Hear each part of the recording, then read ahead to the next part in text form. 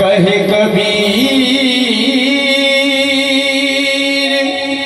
सोई पीर है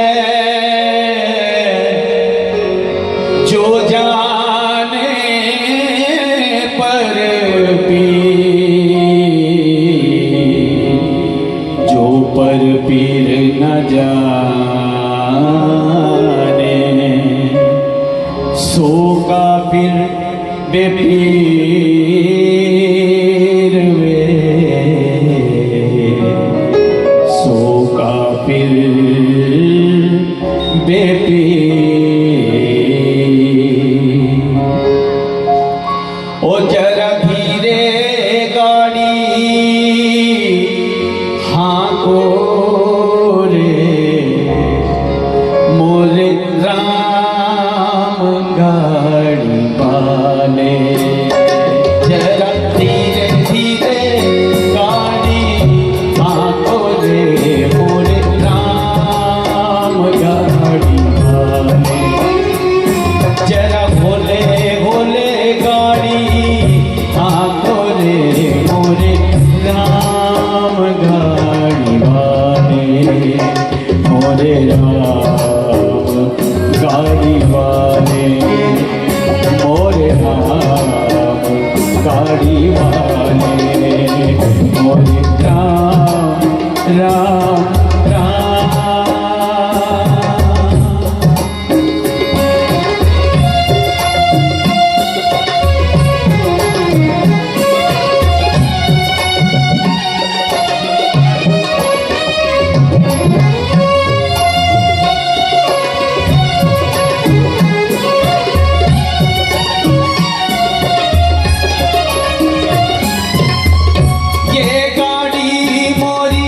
रंग रंगीली ये गाड़ी मोरी रंग रंगीली, पहिए है लाल गुलाल,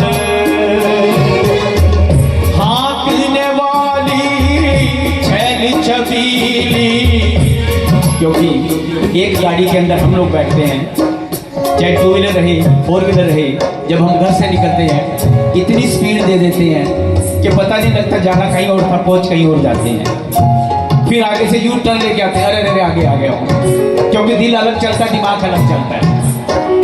उस गाड़ी में हम लोग बैठे हैं, पर ये जो इतनी सुंदर गाड़ी बनाई है इसके अंदर कौन बैठा है, यही बाबा कबीर का व्यंग है। और सड़क के किनारे स्लोगन लिखा होता है, धीरे चलो कोई आपका इंतजार कर रहा है, नजर हटी दुर्घटना घटी। तो उस गाड़ी के साथ होता है तो इस गाड़ी के साथ भी होता है। तो कैसे होता है, ये गाड़ी मोरी रंग रंगीली, पहिए है लाल गुलाल, हाँकने वाली छैल छबीली, हाँकने वाली छैल छबीली, और बैठने वाले राम भैया धीरे धीरे गाड़े हाँको रे मोरे राम गाड़ी वाले, ओ जरा होले होले गाड़े हाँको रे मोरे राम गाड़ी वाले।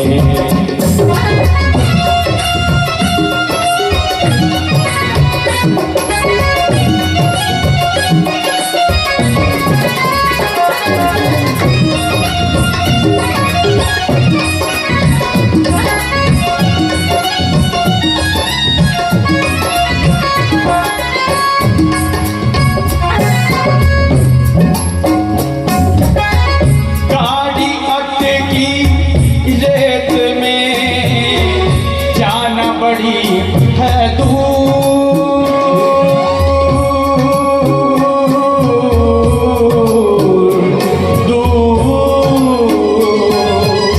क्योंकि इंसान की एक फितरत है कि जब वो अपने परमात्मा के सामने जाता है, अपने गुरु के पास जाता है, जिसको भी आप भगवान मानते हैं, तो वहां जाके क्या बोलता है, प्रभु पैसे दे दो, बीमारी ठीक कर दो, बच्चे दे दो, शादी करवा दो, ये दुनियावी चीजें मांगता है।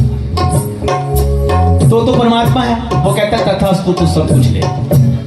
जब सब कुछ मिल जाता है फिर हम क्या कहते हैं, प्रभु धंधे पे जाना है, ऑफिस जाना है, स्कूल जाना है, यहाँ जाना है, बस शाम को आके मिलते हैं। जब शाम आती है इतना थक जाते हैं, नहीं प्रभु सुबह बात करेंगे, तो कल कभी आता ही नहीं है।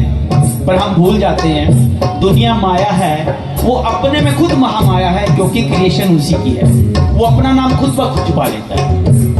क्योंकि आज जो है 40 साल से ऊपर उम्र जाती नहीं है, घुटने जवाब दे देते हैं। जब उठते हो मुंह से राम निकलता है, जब बैठते तो मुंह से अपने आप राम निकलता है। हाय देवा, देवा रे देवा। तो अपने आप ही परमात्मा को याद करने लगता है। और अगर सुबह जब आप निकलते हैं गाड़ी लेके और सडन गाड़ी खराब हो जाए या कहीं नाली में फंस जाए, तो मुंह से क्या निकलता है, हाय राम, किसका मुंह देख लिया, तो राम का नाम निकल आया ना। तो इसीलिए कहा कि दुख में सिमरन सब करें, सुख में करे ना कोई, अगर आदत सुख की पड़ जाए तो दुख का ही खोले। तो पहले याद रखिएगा, ये इस कवियन का सार है, भाव इसके ये। गाड़ी अटकी रेत में, जाना बड़ी है दूर, धर्मी लोग तो पार उतर गए, धर्मी लोग तो पार उतर गए, और पापी चकना चोर भैया, धीरे धीरे काटे आंखों ले मोरे राम गाड़ी वाले, जरा बोले बोले गाड़ी आंखों ले मोरे राम गाड़ी वाले।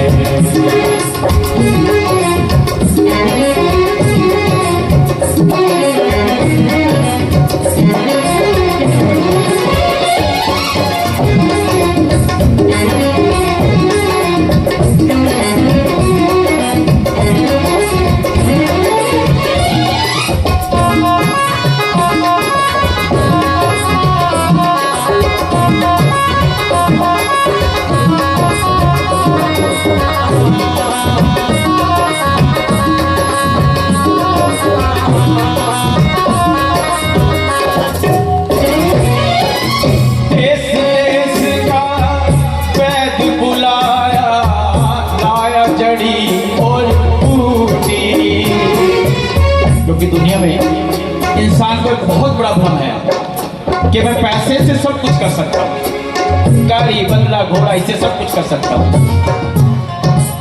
पर मैं तो हंसता हूँ बीइंग ए डॉक्टर कि पैसे वाले लोग ही बैग भर भर के हम डॉक्टर के सामने गिड़गिड़ाते हैं, डॉक्टर साहब बचा लो, जितना मर्जी ले लो।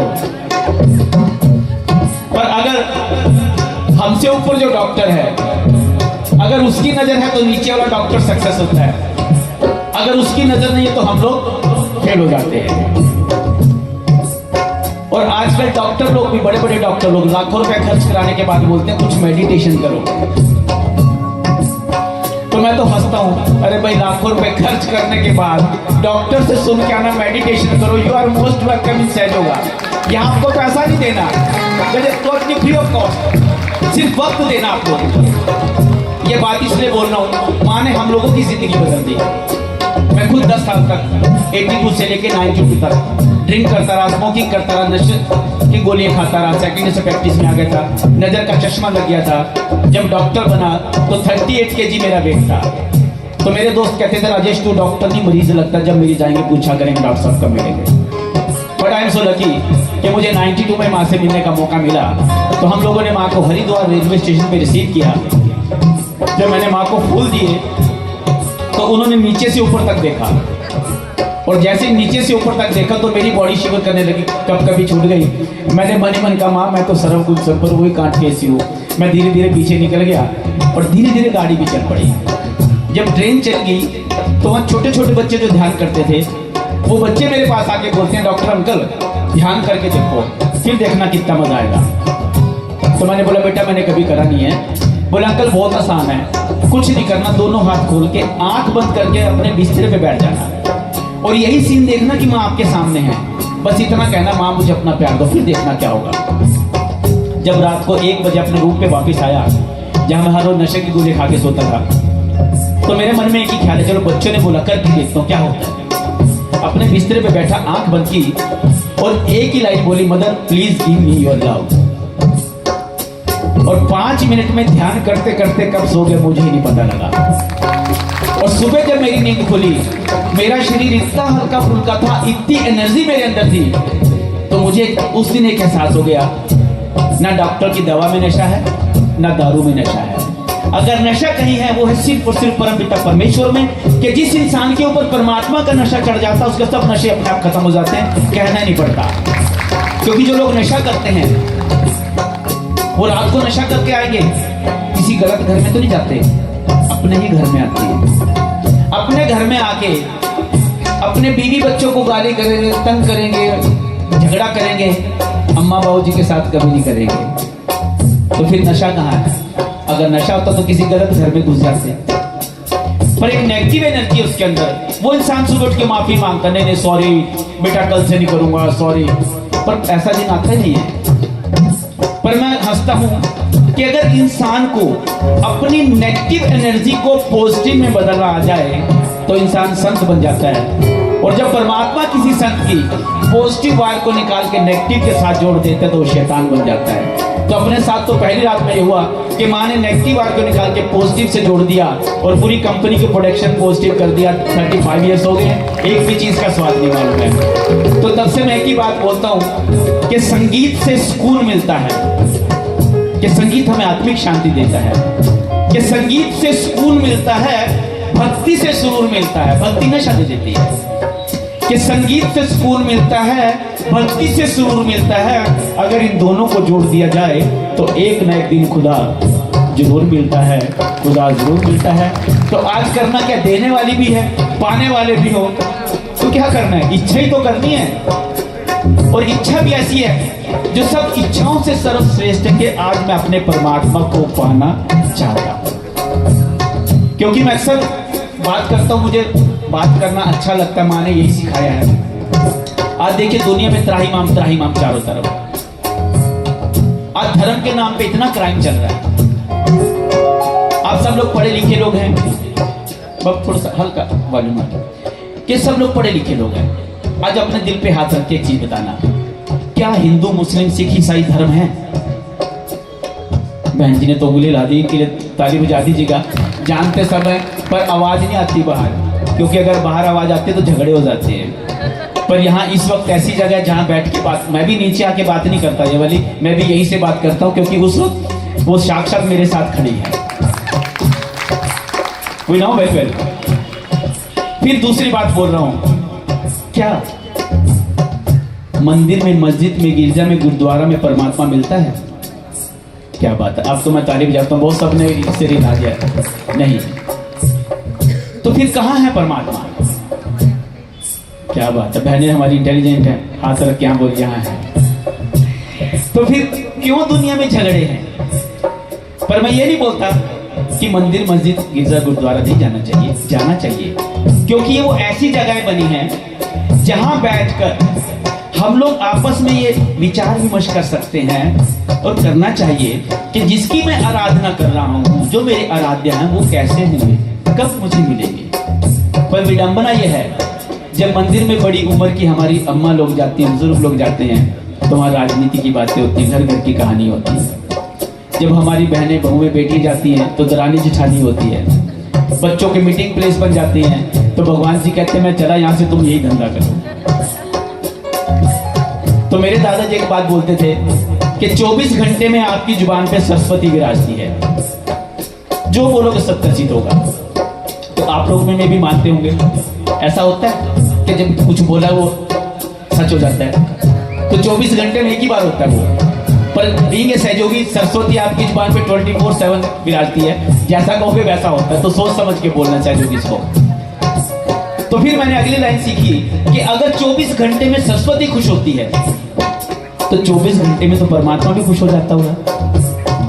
अगर आपके परमात्मा खुश हो जाएं, आप राम को मानो, देवी को मानो, जिसको भी आप भगवान कहते हो, वो खुश हो जाएं, आपके सामने आके बैठ जाएं और आपसे ये कह दें मैं आपका भगवान हूं, तो क्या विश्वास कर लोगे? नहीं, बहन जी के लिए ताली बजा दो। उन्होंने ऐसे ऐसे कर रहे, बोलते नहीं है सब ऐसे ऐसे। ये 5 किलो का है, ये 2 ग्राम के हैं। 2 ग्राम वाले को तकलीफ नहीं देते, 5 किलो वालों को तकलीफ देते, बेटा तू ज्यादा वजन उठाता है तो नहीं पहचान पाएंगे। तो कितनी बड़ी विडम्बना है। मैं भक्ति भी उसकी कर रहा हूँ, जानता नहीं हूँ। तो माँ ने जानने का तरीका ही सहयोग में दिया कि कैसे आप अपने परमात्मा से बात कर सकते, कैसे उसको पहचान सकते हैं। और यही बाबा कबीर का व्यंग है कि क्या पाने आया था और क्या कर बैठा। कहीं पे मंदिर, कहीं पे मस्जिद बना बैठा कि हमसे तो जात अच्छी है परिंदों की जो कभी झगड़ते नहीं। कभी मंदिर पे जा बैठे, कभी मस्जिद पे जा बैठे और हम उनका नाम लेने की झगड़ा कर रहे हैं। क्योंकि धर्म वो है जो जोड़े, धर्म वो नहीं है जो तोड़े।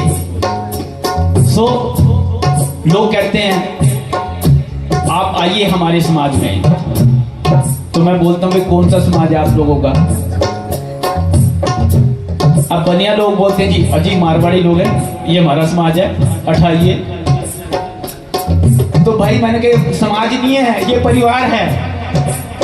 अगर समाज आपको देखना, यू आर वेलकम इन सहयोगा, जहां अमीर भी है, गरीब भी है, छोटा भी है, बड़ा भी है। जब सब जाति के लोग, धर्म के लोग सब एक जगह बैठते हैं तो समाज बनता है, वरना एक परिवार बन के रह जाता है। तो देखना तो सहयोग में आइएगा, तो यहाँ सभी का सब सहयोग है। तो ये बाबा कबीर का व्यक्ति है कि सब चीजें धैर्य रह जाएगी, भ्रम खत्म हो जाएंगे।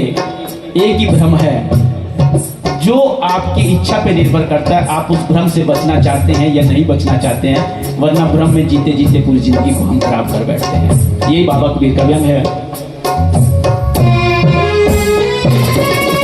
देश देश का वैद्य बुलाया, लाया जड़ी और बूटी, जड़ी बूटी तेरे काम न आए, जड़ी बूटी तेरे काम न आए, जब राम के घर की डोटी रे भैया धीरे धीरे गाड़े, आंखों ने मोरे राम गाड़ी वाले, जरा होले होले गाड़े, आंखों ने मोरे राम गाड़ी वाले।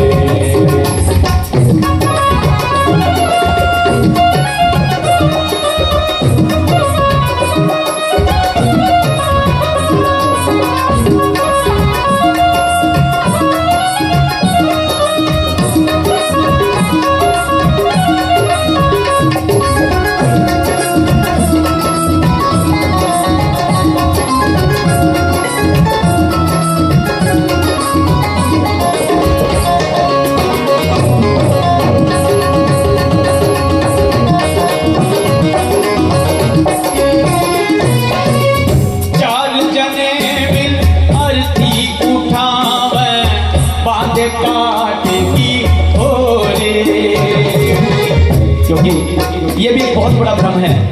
लोग कहते हैं मैं बड़ा स्मार्ट हूँ, मैं बहुत सुंदर हूँ, मेरा बहुत बड़ा परिवार है, मेरे बिना दुनिया नहीं चलती। तो मैं तो हंसता हूँ कि भाई जब हम नहीं थे तब भी दुनिया चल रही थी, आज हैं तब भी दुनिया चल रही है, कल नहीं रहेंगे दुनिया रुकेगी नहीं, बहुत सुंदर चलेगी। पर यह भ्रम है। और यह भ्रम भी क्या है कि जो चीज परमात्मा ने नहीं बनाई ये मैंने बनाई है। मैं सब कुछ उसने बनाया, मेरा मैं ईगो ये हमारी देन है कि इतना सुंदर शरीर है, इतना बड़ा परिवार है, और इसमें से एक छोटी सी चीज, शब्द छोटा पर है बहुत बड़ा, जिसको हम आत्मा बोलते हैं, जो परमात्मा का प्रतिबिंब है हम सबके अंदर है। जब आत्मा शरीर को छोड़ती है तो सुंदरता खत्म हो जाती है, चाहने वालों की चाहत खत्म हो जाती है, फिर अपने ही घर के बोलते चलो चलो ले चलो बहुत देर हो गई, तो कोई रखने को तैयार नहीं होता, तो क्या पाने के लिए दुनिया में आए हो। फिर क्वेश्चन मार्क लग गया, भाई मैं करने क्या आया हूँ, ना कुछ लेके आया था ना कुछ लेके जाऊँ, फिर भी हाय तौबा में जी रहा हूँ। और फिर हम क्या करते हैं, मैंने जिंदगी भर बच्चों के लिए ये कर दिया, खा के नहीं देखा, पा के नहीं देखा। भैया किसने बोला आपको मत खाओ मत पाओ? ये तो आपकी सोच है ना कि नहीं मेरे आने वाले बच्चों का ठीक हो जाए, मेरे उसके बच्चों का ठीक हो जाए, इन सब का ठीक करते करते अपना खराब कर बैठता हूँ। और इसकी कितनी अहमियत है, क्योंकि जिसको मोक्ष धाम बोलते हैं वहाँ बहुत सुंदर सुंदर स्लोगन लिखे होते हैं। तो मेरे यहाँ भी एक बहुत सुंदर सा स्लोगन लिखा हुआ था, मेरी नजर उस पर पड़ी तो मेरे अंदर ही उतर गया। तो वहाँ लिखा हुआ था कि आखिर तो मंजिल तेरी यही थी। हम सब क्या कहते हैं, बस यही घर है। कि आखिर तो मंजिल तेरी यही थी, बहुत देर कर दी आते आते, और क्या पाया तूने आकर दुनिया में, अपने ही खो गए जाते जाते।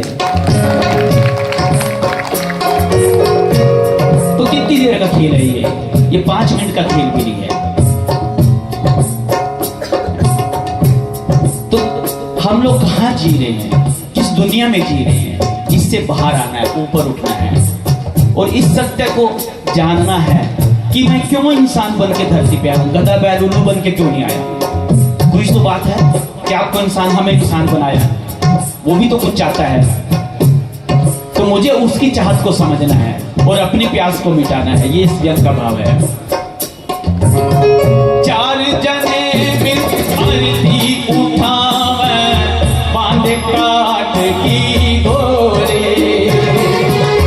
ले जाके मरघट धर दीनी, ले जाके मरघट धर दीनी, यूं फूक धीरे जैसे भोरे रे भैया, धीरे धीरे गाड़े आंखों रे मोरे राम गाड़ी वाले, ओ जरा होले होले गाड़े आंखों रे मोरे राम गाड़ी वाले।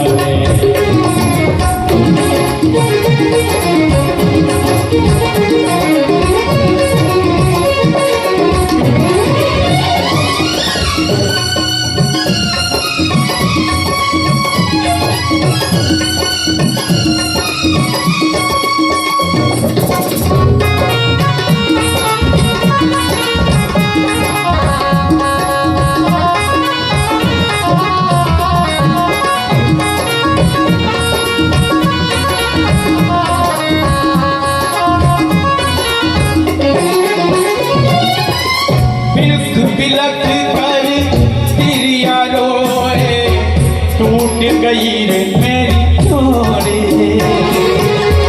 क्योंकि दुनिया में जो सबसे बड़ा तकलीफ का कारण है एक ही है, मेरा बेटा, मेरा घर वाला, मेरी घरवाली, मेरा ये, मेरा मेरा मेरा। बाबा नानक स्कूल पढ़ने गए, 13 तक की गिनती सीखी, उसके बाद पढ़ना छोड़ दिया। वो कहते थे 13 13 13, और हम कहते हैं और ये मेरा ही तकलीफ दे रहा है। और जब परमात्मा यहाँ फंदा टाइट करता है, चारों तरफ से हार जाते हैं, फिर क्या कहते हैं, प्रभु आप संभालो, आप ही का है, तेरा ही है। तो भैया पहले 13 13 बोलो ना, क्यों मेरा मेरा बोलते हो। ये मोह और माया ही तकलीफ का कारण है।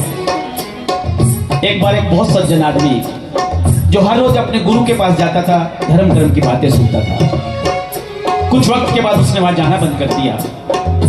तो बाबा के जो दूसरे शिष्य थे उनको ध्यान आया, भाई आजकल वो फलाना नहीं आता। उन्होंने बाबा से कहा, बाबा ने कहा ठीक है उसको बुला के लाओ। तो कुछ चेले गए घर पे, उसको बुला के लाए। चेला वहां आया, हाथ जोड़ के बोला, कहिए बाबा आपने मुझे याद किया। तो बाबा बोले, बेटा पहले तो बहुत आता था, आजकल नहीं आता, कहाँ रहता है। तो चेला हाथ जोड़ के बोला, बाबा अब मेरी हो गई है शादी, अब मेरे पास वक्त ही नहीं बचता। बोले ऐसा क्या हो गया। बोले बाबा जब तक मैं घर नहीं जाता, मेरी बीवी मेरे बिना खाना नहीं खाती, जब तक मैं घर नहीं जाता मेरी अम्मा को चैन नहीं मिलता, मेरे बाबा घर से बाहर बैठ के इंतजार करते, मुझे पेट भरने के लिए भी कुछ चाहिए, तो बताओ मैं क्या करूं, धर्म कर्म करूं या इन सबको देखूं। तो बाबा समझ के बेटा माया में उलझ गया। बोले अच्छा इतना प्यार करते हैं तेरे से, तेरे बिना नहीं रह सकते। कहती भैया, बोले हाँ बाबा मुझे बहुत प्यार करते हैं। तो बाबा ने कहा ठीक है बेटा, एक गिलास में पानी लेके आ। बाबा ने पानी मंगाया, मंत्रों से एक्टिवेट किया, वाइब्रेट किया, और बाबा ने कहा बेटा इस पानी को घर ले जा, घर जाके पी लेना, पी के लेट जाना, तुझे सब कुछ दिखाई देगा, सब कुछ सुनाई देगा, पर देखने वाले नहीं समझ पाएंगे, वो यही सोचेंगे तो दुनिया से चला गया। चेले ने पानी लिया, पी के लेट गया घर आके। 5 मिनट के बाद जब उसकी बीवी ने उसको हिलाया तो उसको लगा राम नाम सत्य हो गया। तो उसका all India radio station start हो गया। मैं तो लुट गई, मेरी उम्र तुझे लग जाती, मैं पहले चली जाती। अम्मा को आ जाए, अम्मा अलग से कहे बेटा मैंने तो दुनिया देख ली, मैं पहले चली जाती। पापा अलग से बोले जब मोहल्ले वालों को आवाज आई, भाई अभी तो अच्छा भला माहौल था, ऐसे चीखना चिल्लाना किस बात पे चल रहा है। जब आके देखा, रे यार ये तो बड़ा संत आदमी था, अचानक इसको क्या हो गया। कुछ लोग भागे और उसके गुरु के पास गए कि बाबा आपका चेला दुनिया से चला गया। अब बाबा की माया थी, बाबा भी बिना खड़ा डाले भागे। जैसे घर में पहला कदम रखा तो उसकी बीवी बोल रही थी मेरी उम्र तुझे लग जाती, उसकी अम्मा कह रही, उसके बाबा कह रहे। बाबा ने सबका सुना, सबका सुनने के बाद बाबा ने कहा अच्छा तुम इतना चाहते हो उसको, इसके बिना नहीं रह सकते। सबने हाथ जोड़े, बाबा हम इसके बिना नहीं रह सकते। बाबा ने कहा ठीक है बेटा एक गिलास पानी लेके आओ। फिर पानी मंगाया, मंत्रों से एक्टिवेट किया, वाइब्रेट किया और बाबा ने सबसे बड़ी विकट परिस्थिति में उन सबको डाल दिया। बाबा बोले देखो जो इस पानी को पिएगा वो दुनिया से चला जाएगा और ये जीवित हो जाएगा। अब क्या, तो सब रो रहे थे, तो रोना तो सब लोग भूल गए। तो बाबा ने सबसे पहला एक्सपेरिमेंट उसकी बीवी पे कर डाला, बेटी तू तो कह रही थी मैं पहले चली जाती। तो बोलते बाबा क्यों पागलों वाली बातें करते हो, मेरी उम्र ही क्या, मैंने देखा ही क्या अभी। हाथ खड़े कर दिए। बाबा ने उसकी अम्मा को बोला माई तू पानी पी ले। बोले बाबा आप तो पगला गए हो, आपको नजर नहीं आ रहा मेरे घर में 4 बच्चे हो रहे, उनके भी काज करने मेरे को। उसने भी हाथ खड़े कर दिए। आखिर में जो उनके बाबा घर से बाहर बैठ के इंतजार करते थे कि बेटा आएगा, जब उसको कहा बाबा तू इस पानी को पी ले, तो बाबा बोलते महाराज आप तो ठटिया गए हो, आपको नजर नहीं आ रहा मेरे कंधे पे तो गृहस्थी का बोझ है, मुझे तो गाड़ी बहुत दूर तक लेके जानी है। वो भी हाथ खड़े, किसी ने पानी नहीं दिया। बाबा ने वही पानी अपने चेले के मुंह पे डाला, आवाज दी उठ बेटा। और जैसे ही उठा, उठते बाबा के पांव पकड़ के रोने लगा कि बाबा आज तक मैंने दुनिया को बाह्य आंखों से देखा है, आज आपने मेरी अंतस की आंखें खोल दी कि इतनी बड़ी परीक्षा देने के बाद एक इंसान जागा। यहां मां ने किसी से परीक्षा नहीं ली, एक ही बात बोली बेटा तू इच्छा तो कर, तू अपने परमात्मा को पाना चाहता है, फिर देख क्या होता है। तो आज यही होने वाला है, ये आपकी इच्छा पे निर्भर करता है क्या आप परमात्मा को पाना चाहते हैं। पर दुनिया की स्थिति ये बन गई, अगर एक तरफ साक्षात परमात्मा के बैठ जाएं, दूसरी तरफ सोने का गिन्नी डाल दो, तो इंसान क्या कहता है, अरे सोने की गिन्नी उठा लो, इसको तो मैं बाद में भी देखूंगा। तो उसको परमात्मा की जरूरत नहीं है, पर ढूंढ रहा है वो। तो यही जो है बाबा कबीर का व्यंग है कि क्या पाने आए हम लोग, क्या करने आए हम लोग, और कितनी देर की गेम है ये। परमात्मा कितनी देर में गेम को सल्टा देता है। बिलक बिलक कर तिरिया रोए, टूट गई रे मेरी जोड़ी,